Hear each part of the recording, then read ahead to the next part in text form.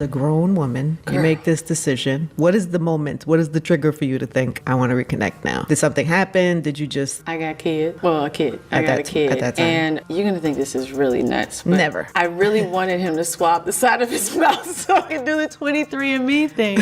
I really care about my ancestry. I'm trying to figure out all of this stuff because I want to know where we're from. Like, you know what I mean? That all that kind of stuff means a lot to me. So I was thinking about that, but above anything, really thinking about like what a better time to connect with him. And if he says yes, great. If he says no, great. I was okay with, you know. Do you think he would have said no? You just never know. But did it occur to you? Did you think? Yeah. As she grew older, got married, and became a mother, she started to feel the need for closure.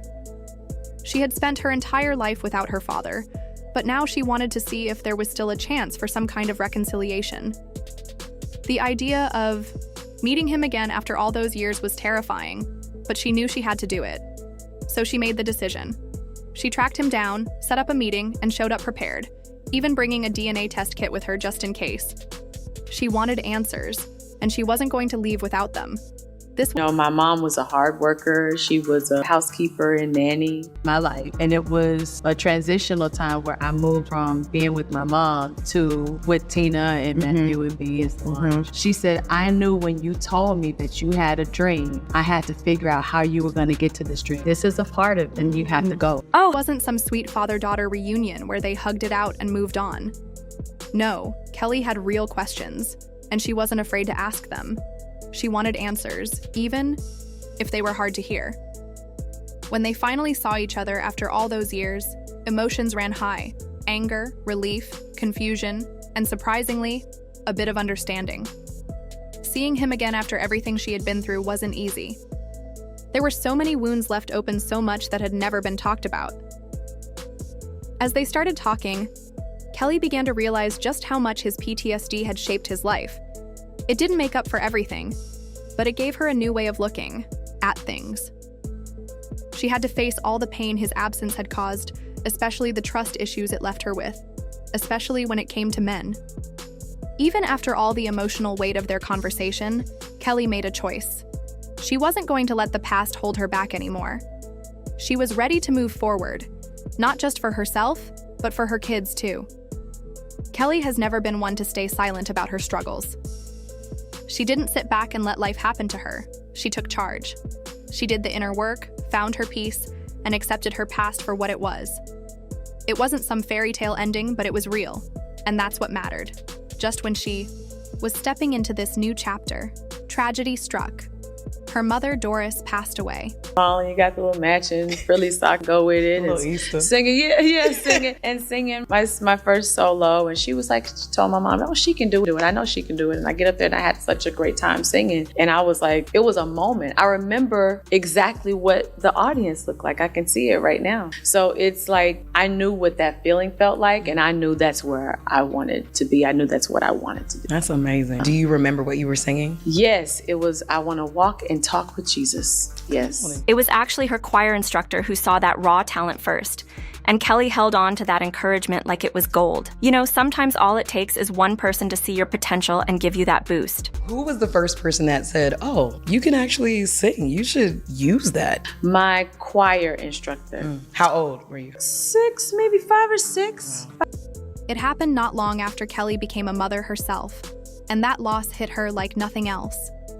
Losing the one person who had always been there for her left a hole that no one else could fill. Through the heartbreak, Kelly found strength in her own family. She married Tim Weatherspoon, a man who became her steady support. Though she legally took his last name, she kept Rowland for her career. Together, they built a beautiful life, raising 2 kids who became her biggest source of joy. But even with all the happiness in her home, the pain of losing her mother never fully faded.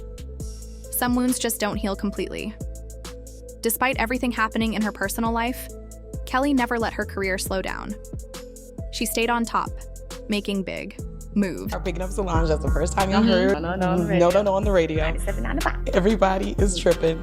But how did the people around you change? Because it doesn't seem like y'all changed. But I'm sure Fame, all of a sudden people are like, oh, wait a minute. Like, they're really making it. How did people around you change? And how did that change you as a teenage girl? Probably just wanted acceptance like all of us. Well, it was more so like Survive. As a judge on The X Factor in both the US and UK and later on The Voice Australia, she brought her talent and wisdom to the table. Fans loved her for being supportive yet honest, always giving real advice. She wasn't just there to smile, she was there to help artists grow, and she didn't stop at reality TV. Kelly stepped into acting and nailed it. When she played the legendary Gladys Knight in American Soul on BET, she proved she had the skills to take on a role that big. It was a powerful moment, a show written, produced, and owned by Black creators. And Kelly was right there making it shine. Then came Merry Little Christmas, a holiday film that became such a hit, it turned into a whole franchise. But if we're talking about iconic moments, Coachella 2018 is one for the books. When Kelly, Beyoncé, and Michelle Williams reunited for a Destiny's Child performance, the world stopped. Dressed in matching outfits, they performed classics like Lose My Breath and Say My Name, reminding everyone why they were one of the greatest girl groups of all time. The energy? Unreal. The fans? Obsessed. But Kelly wasn't just living off nostalgia. She kept giving her fans new music, dropping fire tracks like Crown and working with big names like David Guetta and Calvin Harris. She blended R&B with dance pop in a way only she could. Kelly Rowland was never just the other girl in Destiny's Child. She built her own empire, music, TV, film, and everything in between, all while staying true to herself. But the recent Cannes Film Festival, that had people talking for a whole different reason. She stepped onto that red carpet looking stunning, serving looks that had cameras flashing. But then, out of nowhere, a security guard rushed her up the stairs as if she didn't belong there. It wasn't the usual polite escort. It was rushed and dismissive, right in front of the cameras. And Kelly? She was not about to let that slide. She stopped, turned to the guard, and gave him a look that said, "Don't you dare." The moment was caught on video and spread like wildfire. Later, Kelly spoke out, saying she wasn't just annoyed, she was angry. She felt she had been racially profiled, pushed aside while other women, who didn't look like her, were given their moment to shine. "I stood my ground," she said. more so like, because it took us a while to get our record deal, for some people it was like, oh yeah, y'all and y'all little record deal. Oh yeah, y'all and y'all little music thing. Let me make it very clear. One should never little anybody's anything. I know that's right. It's such a disrespect. Like, I think that we kind of just do that naturally. Oh, I'm gonna go to this little thing that's such and such. It's not little. When someone gets an opportunity to do something, it's an opportunity, which makes it big for them, and you delight in that moment for them with them, because it ain't little. Like, little is when you're belittling something or someone, and it's fine, people did that. Kelly Rowland's story isn't just about glitz, fame, and success. Her journey has been a wild ride filled with struggles, drama, and major life changes. You probably know her as part of Destiny's Child, where she dominated the stage alongside Beyoncé, or from her solo career, where she proved she could shine on her own. But behind all that, there's a deeper story, one filled with challenges, sacrifices, and some shocking moments that most people don't know about. Kelly was born as Calendria Trina Rowland on February 11, 1981, in Atlanta, Georgia. Her early life was anything but perfect. Her mother, Doris, was trying to make ends meet, while her father, Christopher Lovett, was barely in the picture. Things at home weren't easy. Domestic abuse was a reality, and eventually, Doris decided she had to leave that toxic environment. She packed up and moved with Kelly to Houston, Texas, hoping to start fresh. But that's when things took an unexpected turn. By the time Kelly was 7, her mother made a bold choice. She let her move in with the Knowles family. Yes, that Knowles family. Beyoncé's parents, Matthew and Tina, became Kelly's legal guardians. And from that moment on, she and Beyoncé were practically sisters. They were inseparable, growing up together, sharing dreams, and working tirelessly to make them a reality. They formed a group called Girls Time and started performing wherever they could. But success didn't come easy. They got a shot at fame when they appeared on Star Search, but instead of winning, they lost on national television. That kind of rejection could have crushed anyone, but Kelly, Beyoncé, and the rest of the Yao group weren't ready to give up. They kept pushing, practicing, and believing that their moment would come. Even before she became famous, Kelly had already found her love for music. As a child, she would sing in church, and it was her choir instructor who first noticed her talent. That encouragement stuck with her, pushing her to keep going no matter what. By the time she was 10, she was part of the group that would later become Destiny's Child, but making it in the music industry wasn't easy. They faced rejection after rejection before finally landing a deal with Columbia Records in 1997, and that's when everything changed. When No No No Part 2 dropped in 1998, they took over the industry. Destiny's Child wasn't just another girl group, they were a force. Kelly still remembers the moment she heard their song on the radio for the first time. She and the girls were driving through Houston when No No No came on. The car erupted with screams and excitement. It was the moment they knew they had made it. No, I think that it's nervous and scary and, anxious, and what are they gonna think? It's one voice instead of three, all these different things. And yeah, it drives you a little mad for a second until you just wrap your head around it. Who helped you get over that fear, or what helps you get over that fear? I can imagine you. Yeah, but you have no choice really, because it's happening. You know what I mean? It's just this is coming. Yeah, this is coming. It's gonna happen, regardless. I had to keep up with this moving train. That's really how it went. In 2002, Kelly dropped her debut album, Simply Deep, and let's just say, the world wasn't ready for the fire she was about to bring. And don't even get me started on the track Dilemma with Nelly. That song had everybody in their feelings. The album? But fame came with its own set of problems. Destiny's Child went through multiple lineup changes, with members leaving and new ones coming in. Rumors started swirling about Matthew Knowles' management. Style, whispers of favoritism, power struggles, and drama behind the scenes. The tabloids ran wild with stories about the group, but through it all, Kelly, Beyoncé, and Michelle stuck together. In 2004, Destiny's Child released their final album, Destiny Fulfilled, and by the next year, they announced that they were officially done. The news shocked fans, but the group insisted that they were parting on good terms. Whether everyone believed that or not, well, that was another story. With Destiny's Child over, Kelly was stepping into uncharted territory, going solo.